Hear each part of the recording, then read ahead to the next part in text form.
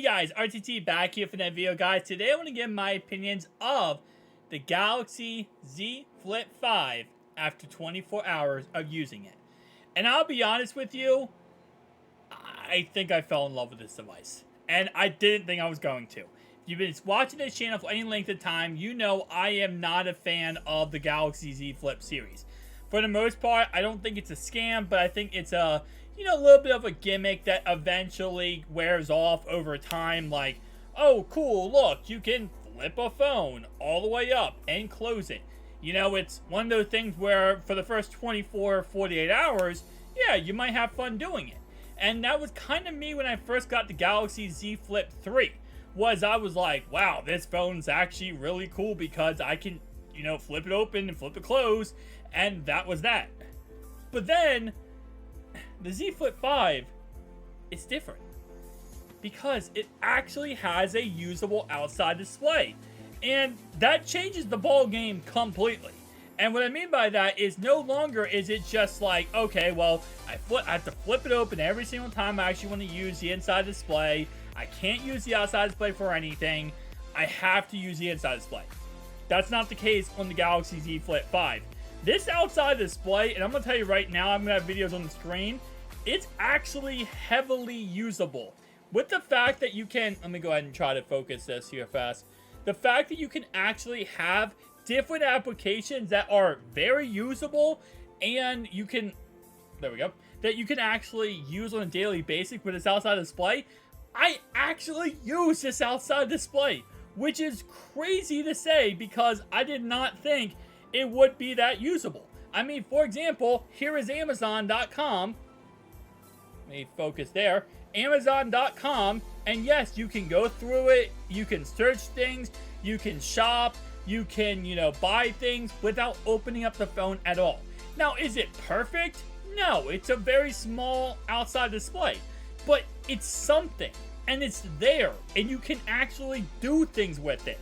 And I've used over 12, 13 apps, and none of them have crashed on this outside display.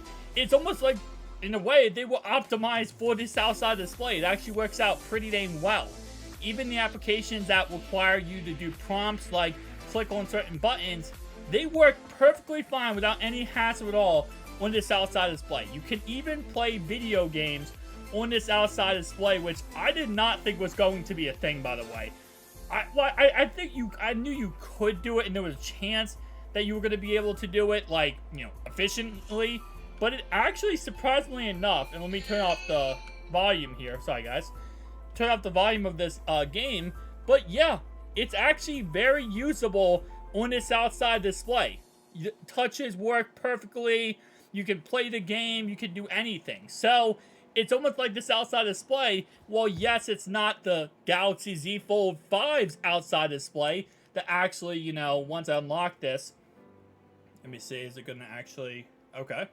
For some reason, my fingerprint is not working on it, but anyway, though, this outside display is actually, an outside display. You can do everything.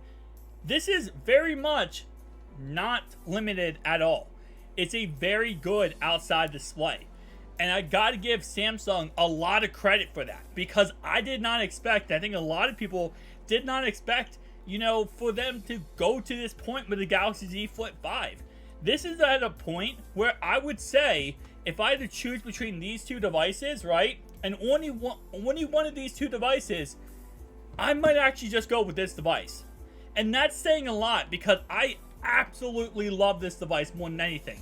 But at the end of the day, it's a convenience factor of when I put this in my pocket, it doesn't take up much room.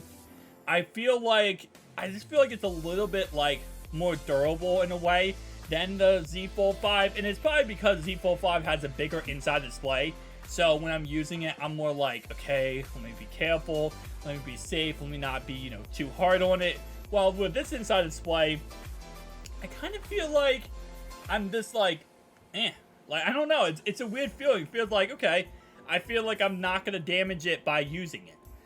Maybe that's just like a mental thing, and that probably is just a mental thing, right? It's not actually any proof behind that, but it's definitely one of those things. So here's the problems I have with it, because I just talked about everything I loved about it. Battery life is not perfect. Now, it's a 3700 milliamp battery.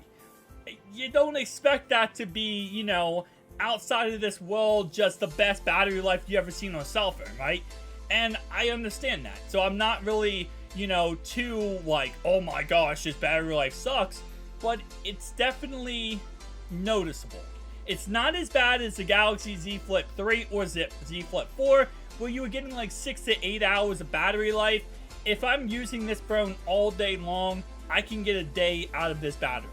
While Z Fold 5, I mean, let me see real fast. I'm at 52%. I charged this yesterday. So, that just goes to show how amazing these batteries are nowadays. Again, like I said, I'm not using my phones as crazy as someone who might be on the phone all day. I do YouTube, so I don't have like, I can't always be on my phone. But when I am on my phone, overall wise, the batteries are actually not that bad. It's not the greatest, but it's not really that horrendous. I will say next thing I have somewhat of an issue with is the cameras. They're not bad. They're a lot better than the Galaxy Z Flip 3 and Z Flip 4, where it was like any type of motion with the actual phone. Like if you, for example, open it up, right? And you did this like this, it would actually just lag completely and you would not be able to actually take the picture. The shutter would take so long to take. By the time you took it, your motion, there's so much motion in the image, it's just a blurry mess. I actually went to one of my friend's birthday parties with the Z Flip 3 and I took pictures and it was just all blurry. And just let low light happen and you're going to get destroyed with that phone. This phone is a lot better, and I do like that the outside display, you can use Snapchat. So you can actually use Snapchat on the outside display and take pictures and, again, function as a normal phone. And even though it is a smaller outside display, it's not bad at all. It's a nice little feature. But the cameras aren't perfect. I'll definitely say that. I've seen better cameras on other phones, but again, this is also a $1,000 phone. And those other phones that, you know, have better cameras are usually $1,200, $1,300. So it's like, you know, you can't have everything, right? You can't have perfect cameras if you're going to have, you know, a phone that goes like this. Next thing I'll say was an issue for me and not an issue anymore, and that is the hinge. And what I mean by that is when I open it up and close it, it's okay now. And after I've used it a little bit, it's a lot better. When I first started using this, and I'll say for the first couple hours, the hinge would make this sound that sounded like the phone was breaking. And it scared the living crap out of me. Because I'm like, oh no. Like, do not tell me I just got a defective unit that is going to break, or something's going to go wrong, and I'm not going to be able to use this phone. And I want to make this my daily driver. Right now, by the way, this is my daily driver. It was the Z Fold 5. Now it's the Z Flip 5. I'm going to go back and forth, by the way, on daily drivers for these two phones so I can get my honest reviews. But I thought, oh no. Do not tell me. Because Samsung has proudly said these phones, both of them, will last up to 4,000 folds. So I was like, okay, this is, you know, 400,000 folds. Sorry, 400,000 folds. So I was like, okay, that makes perfect sense. And this phone, there shouldn't be any problem. So when I heard that noise, I was like, I don't know if I like that. But after obviously like 6 hours of use, it went away. So maybe it's just like from the factory, like, you know, it's a little crunchy because first time being folded since for a while. I don't know. But it definitely scared the crap out of me. The last thing I will say that I have a problem with, and it's the same problem I have on the Z Fold 5, it's the same problem I have on pretty much every foldable phone I have when it comes from Samsung, is the calibration of the touchscreen. And yes, I mean where the crease is. And again, I guess, you know, realistically speaking, this is never going to be fixed. It probably can't be fixed, in all honesty. But I'm going to pick out, if this is an honest review, I'm going to pick out every little detail I don't like about the phone, right? And it's, of course, as that crease is right there, you can see that crease? This crease right here, if you are touching something, like, for example, selecting an application, selecting anything, sometimes if you put your finger where that little crease is, you're going to not select an item. It's not going to select anything. And you find yourself pushing it 1, 2, 3, 4, trying to select something, and it's not selecting anything. It's very annoying and frustrating, especially if you're trying to drive, and as you're driving, you know, you keep your eyes on the road, you're using your phone just for music, not texting, calling, watching it. No, music only. And what I like to do is I have a playlist set up, right? And I have a playlist set up like this, and it will be on my phone. And what I'll do is I'll go up, click the button, and that's it. I won't, again, I'm not looking at my phone in all honesty, because you got to keep your eyes on the road. And what ends up happening is I touch it and I'm like, why is the music not changing? I do a couple times and I realize I'm touching near the crease. And there is a little bit of a happy area, I will say, that is not good. Like that much above the crease and that much below the crease sometimes works, sometimes doesn't work. And there's times where I'll like be scrolling and I'll touch something and it won't work, and I'm like, I'm not even touching the crease, but yet it still doesn't work. I don't know why. Maybe it's my, phone is effective or something, or there's problems with this exact unit, but I've had the same issues with the Z Fold 5. I've had the same issues with the Z Flip 5. So I just want to say that. That's, again, my honest review. It's not that big of a deal for me. I have gotten used to it.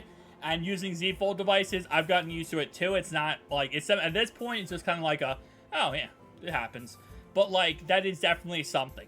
Other than that though, again, like I said, I can't complain at all about this device. This device feels premium, it feels amazing, and I love it. And I never thought I'd say that again about a Z Flip device, because the Z Flip 3, I didn't fall in love with it, but I kind of liked it a lot. At first, because getting the foldable feature, but that was pretty much that, because you couldn't use the outside display at all. It was literally useless. It was like that big. It's a 1:1 ratio outside display. So I found myself to a point where I'm like, gotta keep opening it up, closing it. The one great thing about the Z Fold devices is that you can use this phone without opening it daily, and you really don't ever have to open it if you don't want to. You can use this outside display, which is of course glass. And having foldable phones, I feel like the outside display, the reason why it's so important, right, is because in general, we like to use phones with glass, okay? It is what it is. Yes, the inside display is technically foldable glass. It's a technology, but at the end of the day, we like to have physical glass when we're using our cell phones. Whether it is, obviously, like I said, Z Fold 5, a Z Flip 5, or an iPhone, Android, Galaxy S, whatever. Right? We like physical glass. And having the ability to have, yes, while it's awesome that I can fold my phone, open it up, fold it again. It's nice.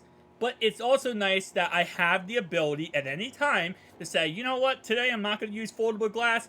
I can use Gorilla Glass Victus on the outside of the phone. I can use Gorilla Glass Victus on the outside of the phone. I like that fact. And I think a lot of people do. So having an outside display that's actually usable in this is an absolute W. And I gotta give Samsung all the credit in the world for that said reason. Guys, tell me down below your thoughts and opinions. I'll see you guys in the next one. Peace out.